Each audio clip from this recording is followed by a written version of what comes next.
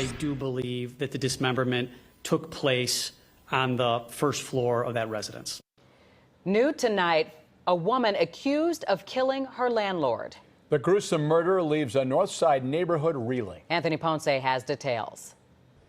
Along with announcing murder charges against the tenant for killing her landlord, CPD releasing some very distressing details about the crime that they say occurred here in the residence that they shared early Monday morning, namely that this suspect killed, then dismembered her body and was in the process of trying to cover her tracks when she was taken into custody.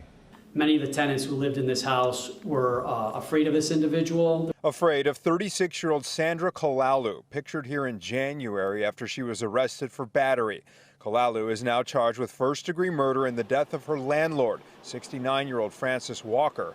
Kalalu's landlord, who police say moved to evict her over the weekend after she exhibited aggressive behavior. The deceased, the person who owns the residence, had actually served the defendant with like a notice to leave or an eviction notice. And that was done very recently. I don't want to get the day wrong, but I think it might have even been done as recently as of Saturday. At 2:30 a.m. Monday, tenants here say they heard screams, and when they didn't see Walker emerge from her unit all day, alerted police. The tenants and the police went in, and they were able to find some additional blood inside the tenant's room, at which point they discovered the gruesome remains in a freezer.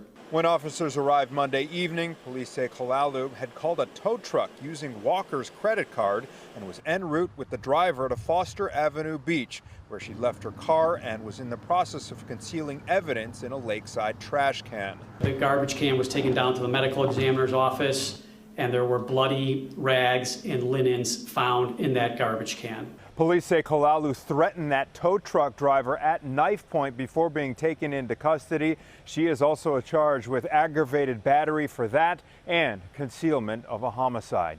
In West Rogers Park, Anthony Ponce, Fox 32 Chicago. Information on the tragic story of a Chicago landlord who was known for her kindness and volunteer work.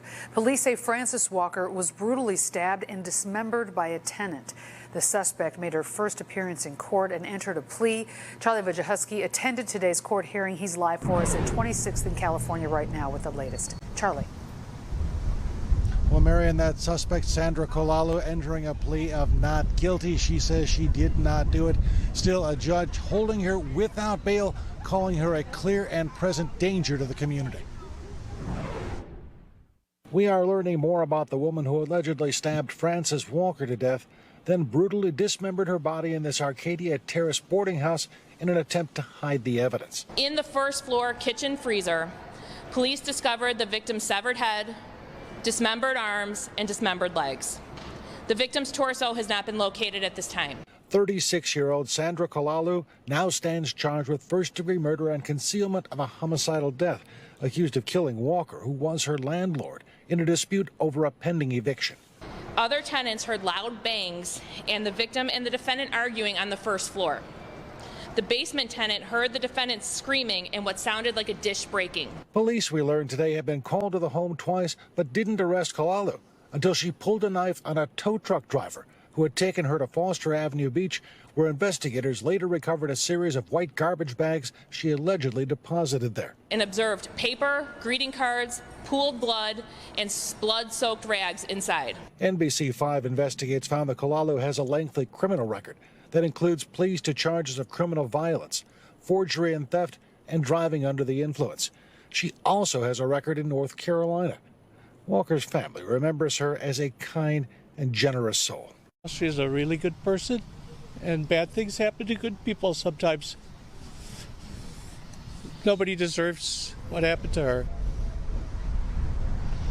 Now, Kalalu's public defender argued that there are no eyewitnesses to the crime and that their client strenuously denies the charges against her. Still, the judge ordering no bail in this case. Kalalu is due in court for the next time on October 31st, Halloween Day. Reporting live from 26th in California, Charlie Wojciechowski, NBC5 News. As we have been learning about the victim, Frances Walker, she has so many connections to local churches. We've learned that just last night, one of those churches had a service in her honor. This, as her family is coping with the loss as well as some of the details, disturbing details, leading up to her murder. To date, Frances Walker's family is able to access her home on North Washtenaw. I was in tears, but what can we do? You know, see stuff everywhere, pictures of her when she got married and her brother. And just feel we miss her more. While the family gathered mementos, one of Walker's tenants was in court, charged with killing Walker on Monday. Today, a Cook County judge ordered Sandra Kololu held on no bail. I can see they're still investigating. The authorities want to have a fair trial, and in a fair trial, she's going to be locked up for a long time. I was happy with the decision today because I think this woman doesn't deserve to be in the community. Today in court, a Cook County prosecutor told the judge Walker put an eviction notice on Kololu's door Sunday, and that other tenants heard the two arguing. The basement tenant heard the defendant screaming and what sounded like a dish breaking. The basement tenant heard the victim's voice trying to calm the defendant down, and that was the last time she heard the victim's voice. The prosecutor said police were called to the house 3 times on Monday to check on Walker, the third time discovering some of Walker's body parts in a freezer. Relatives tell us Walker called police previously to have Kololu removed after making threats, but Kololu resided there and was allowed to stay. It's the renters that has favor. Look what happened. If the police would have listened, our system was really there, our sister would have been alive. There are still improvements that can be made to the system and still keep it fair, because if they look at this fairly, they know this is a dangerous person. Kololu is due back in court October 31st, and the family tells me they believe Walker's beloved little dog, Lukey, was also killed.